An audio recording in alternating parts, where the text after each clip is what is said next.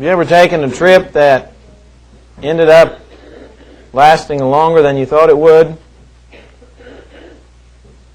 I remember when I was a teenager, we took a trip to Louisiana.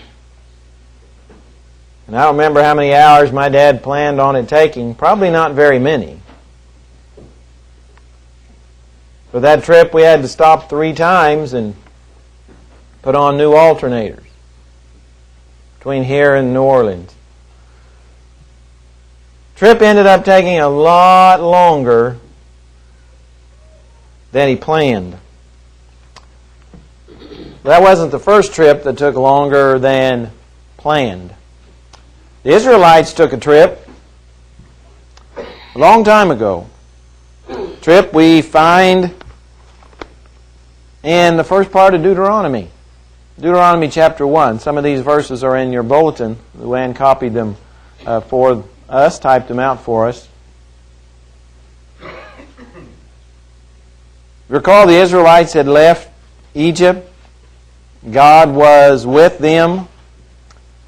He miraculously parted the sea before them. They were able to cross on dry land, and then they crossed over and started toward Canaan. They get to Mount Horeb. And that's what I want to talk about. Deuteronomy chapter 1. Notice verse 2.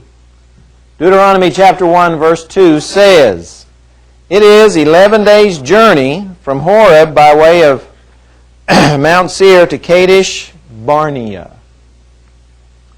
That, by the way, is fairly close, the main country you get to before the land of Canaan, the promised land. So we see them on the mountain, or near the mountain in that area. And then in 11 days, they should be near the promised land, the land of Canaan. Notice verse 3, though. Now it came to pass in the 40th year. Wow, that's a lot of time between verse 2 and verse 3. Here's a trip that for the most part should have taken less than a couple weeks. It takes nearly 40 years. That's why we call this the wilderness wanderings period, because that's what they did. They wandered. God wouldn't allow them into the land of Canaan because they had the wrong mind. Had the wrong attitude. They had the wrong mentality. And so this short trip of a few days turned into one that took years to make. Because they had the wrong mentality.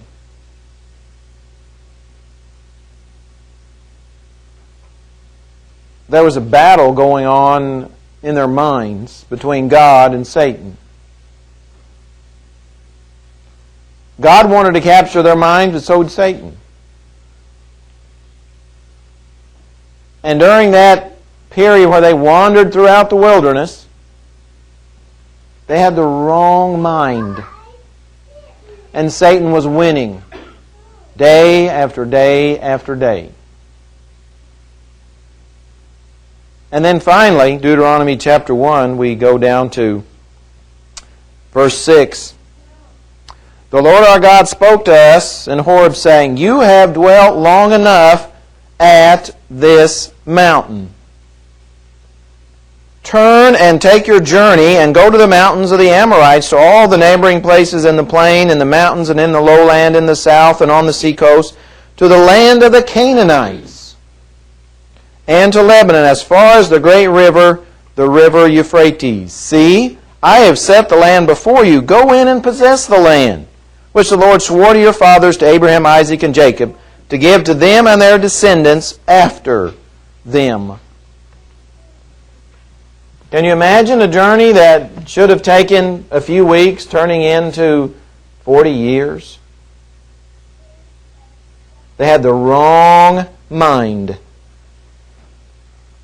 What was their mentality? Why did Satan win while they were in the wilderness? Number one, they said it's too hard. That was their mentality. It's too hard. We can't do it.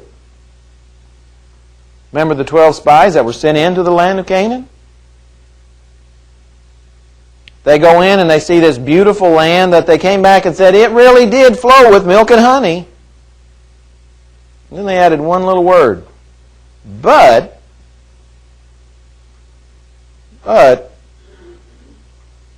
we can't take it. It's too hard. The people are too big. There's too many of them. The cities have great big strongholds and walls. We can't do it. It's too hard.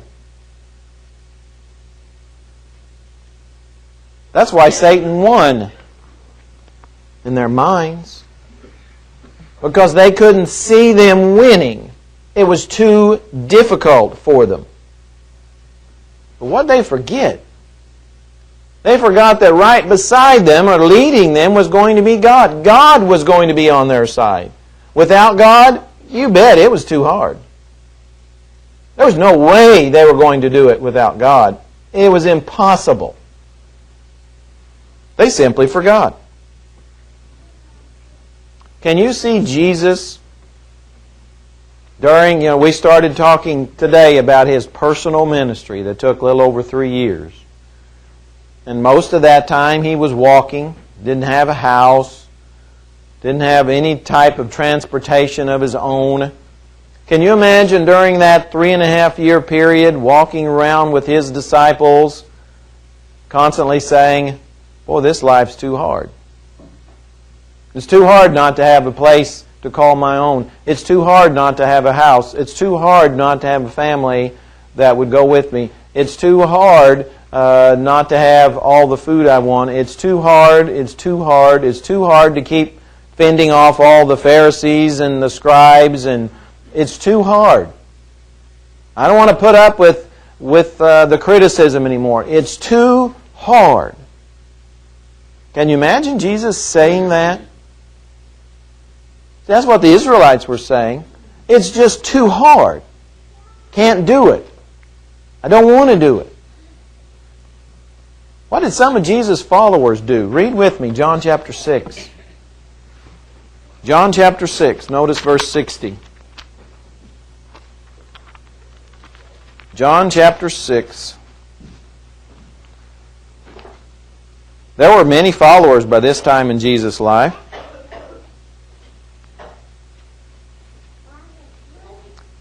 And in John chapter 6,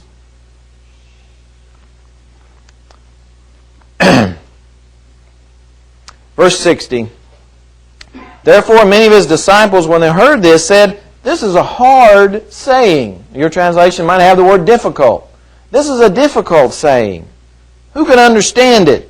And what they were saying was, who can abide by it? They knew exactly what He meant. Who can follow this saying? It's too hard. It's too difficult. Jesus comes back then, and when Jesus knew in Himself that His disciples complained about this, He said to them, does this offend you? He knew it did. He was just wanting them to admit it. They complained because it was too hard, it was too difficult. Some of them did.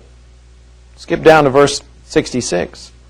From that time, many of His disciples went back and walked with Him no more.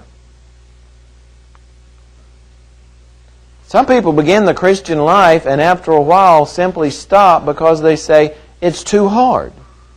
It's too difficult. I can't do it anymore. And they quit, and that's it. They never come back. It's too hard.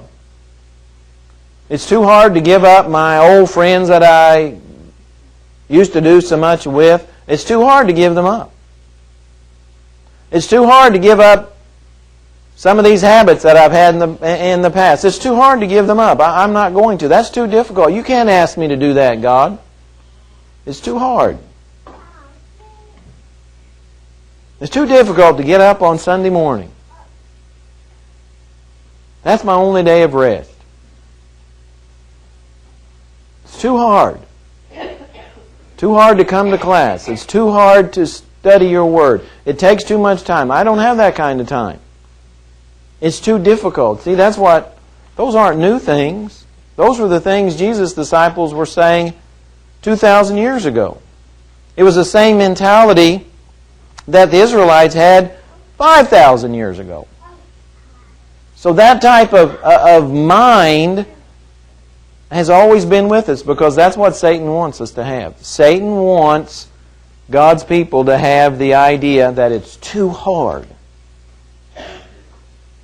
Too hard to give up those things.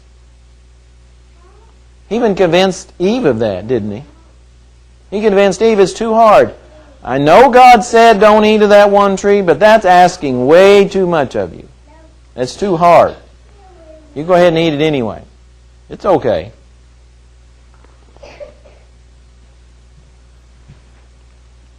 Remember the parable of the talents? Jesus gives it shortly before His arrest. There's this one person, he was given 1 talent. He decided not to do anything with it, though. So he goes and buries it. His master comes back and says, what'd you do with it? Where is it? He says, well, I knew what kind of person you were, that you were a hard person. So I took it and I buried it. Here it is. And the master said, okay, that's fine. That's not how that story ends. What does the master say? You wicked and lazy servant. That's what he said. You wicked and lazy servant. Now, if there's something we don't ever want Christ to say to us, it's you wicked and lazy servant. That's for sure. We're to have the mind of Christ. He was willing to suffer whatever to fulfill His mission. If Jesus would start saying it's too hard, it's too difficult, He would have never made it to the cross. So we need to be thankful He never said it's too hard or it's too difficult. And He doesn't expect us to have that type of mind either. It's not too hard. Why? Because God is with us. That's why. We're not doing it alone. When I open up my Bible and read, God's with me, obviously.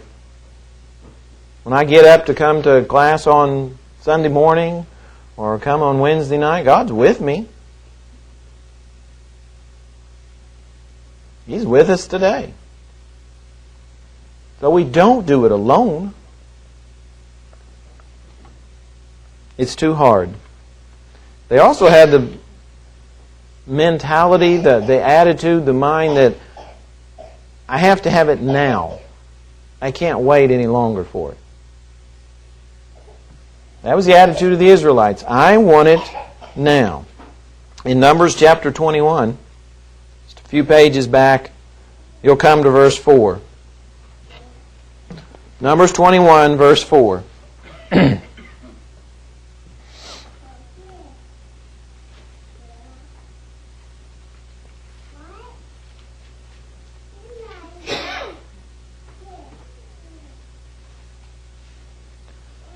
We're there. Let's read verse 4. Then they journeyed from Mount Horeb by the way of the Red Sea to go around the land of Edom, and the soul of the people became very discouraged on the way. And if you have a different translation, you'll probably see it more properly translated. And the people became impatient on the way. That's what the word actually means. Impatient. Their discouragement led them to become impatient. They became impatient. They didn't want to go a different route. The route God was taking them around the land of Edom was not the route they wanted to take. They thought that was way out of the way. It was too far. No, they wanted to go do it now. They wanted it now. They wanted to do it their way. They weren't going to wait on God's timing. They thought they knew better. And so they said, I want it now. And so they were becoming and showing how impatient they were. I want us to look at something written in Hebrews chapter 10, verse 36. About this very thing. Hebrews chapter 10, verse 36. The writer gives us an insight there that I think is helpful.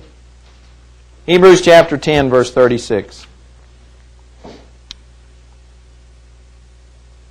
says, "For you have need of endurance, so that after you have done the will of God, you may receive the promise." So that's what the Israelites weren't doing. They weren't doing the will of God. God said, go this way. Go around the land of Edom, and I'll deliver the people into your hands. But the people came impatient. They didn't want to go all the way around. Let's go this way. But that wasn't God's will. It wasn't God's timing. And so the people said, no, I don't want to do that. I want to go and do it when I want to do it and how I want to do it. But it's only after we do the will of God that we receive the blessings. It's not before. And that's the way God works. So the Israelites started to complain. You know, they wanted it now. God wasn't giving it to them now. So they started to complain about it.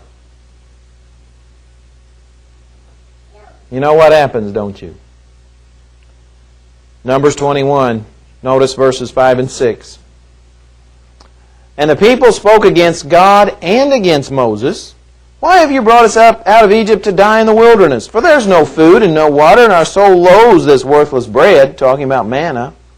"So the Lord sent fiery serpents among the people, and they bit the people, and many of the people of Israel died."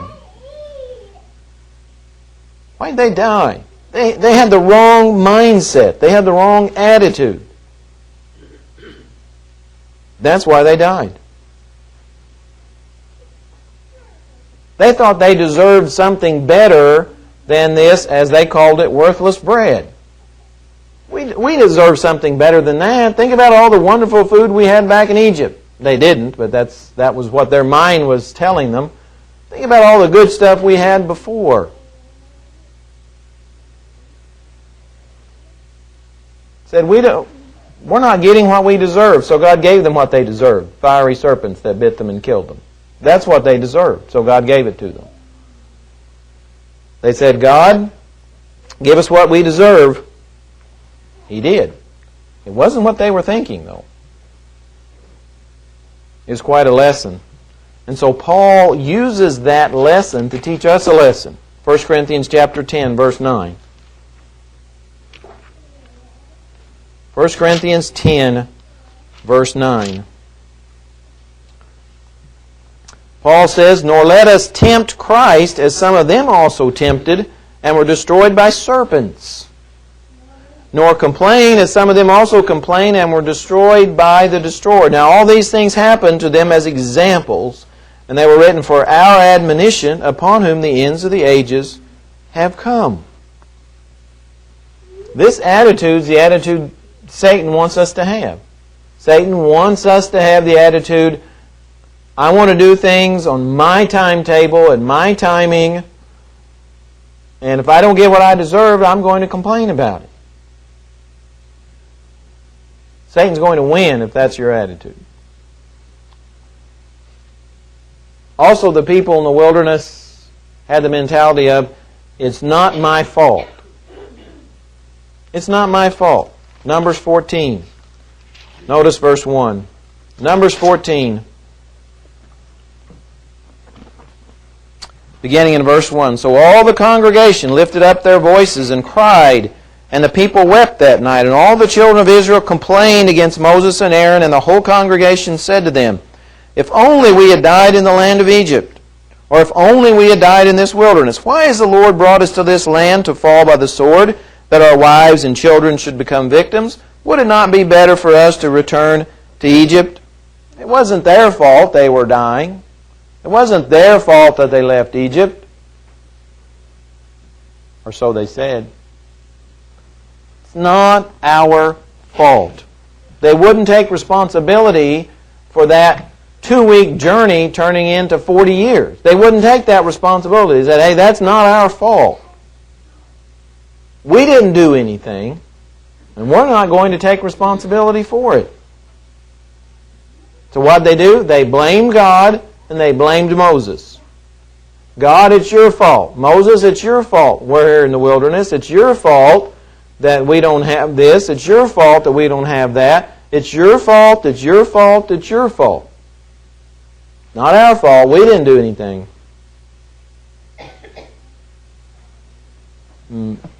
God's people haven't changed a great deal in the past 4,000 or 5,000 years, have they? We can come up with all kinds of excuses and not take responsibility for our actions. We can blame everything. We can blame other people. Quite often people don't attend services because there are people in the congregation they don't like, or that are hypocrites. I've never been to a congregation, and I've lived in lots of places and been in all kinds of circumstances. I don't know any congregation that doesn't have at least one hypocrite. Do you? I'm sure there's one out that I'm talking to right now that's a hypocrite. I don't know.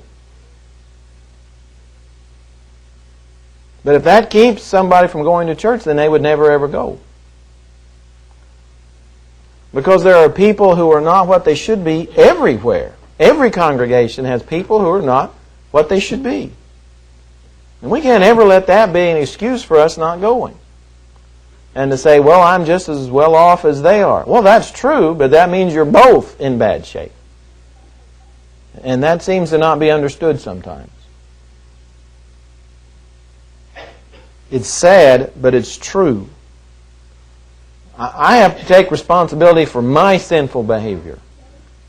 I can't blame it on Rue, or I can't blame it on David. I can't blame my behavior on anybody. Or my lack of doing what's right. I can't blame that on other people. I have to take my responsibility. And see, that's what the Israelites weren't willing to do. They were blaming God. They were blaming Moses. It's their fault. It's their fault. It's not my fault. That's what Satan wants us to do. Blame everybody else. It's not my fault. And some things aren't your fault. I don't mean that everything is, but we have to take responsibility.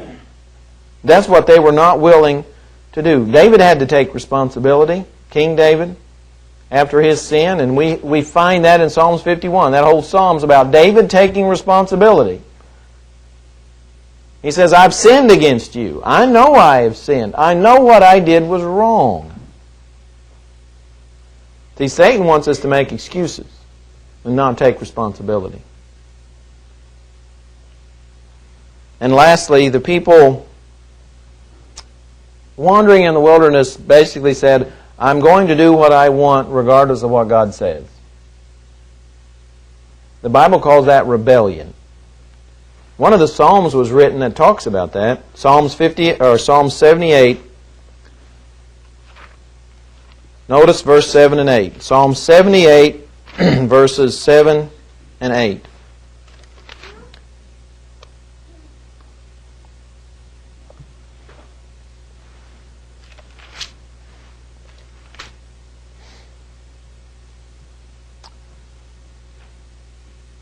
That they may set their hope in God and not forget the works of God, but keep His commandments, and may not be like their fathers, a stubborn and rebellious generation, a generation that did not set its heart right, and whose spirit was not faithful to God. The rest of the psalm talks about some of those events in the wilderness wanderings. They were rebellious. They said, we're going to do what we want. Of course, this is very prevalent in the world. The religious world. We're going to do what we want. If it happens to coincide with what God says, that's great. I used this illustration once years ago. I will shorten it considerably, but if I gave one of my children 3 things to do, 3 things, doesn't make any difference what they were, 3 things to do, Two of those things were things they wanted to do anyway. One of them was one they did not want to do. And so they do the two things they want to do and not do the third one. And my question is, in how many things did they obey me? And how many things did they submit to my will? The answer is 0. Not 2, but 0. They didn't do anything I wanted them to do. They just did what they wanted to do anyway. And that's a great lesson. The Israelites simply said, I'm going to do what I want to do. Of course, instead of that type of attitude, we need the attitude of 2 Corinthians 10. This has been our main text for these lessons on the battlefield of the mind, and that's how we'll close with the same verse. 2 Corinthians 10, verses 4 and 5. Says, for the weapons of our warfare are not carnal, but mighty in God for pulling down strongholds. Hey, our weapons are not swords or guns or anything material or physical.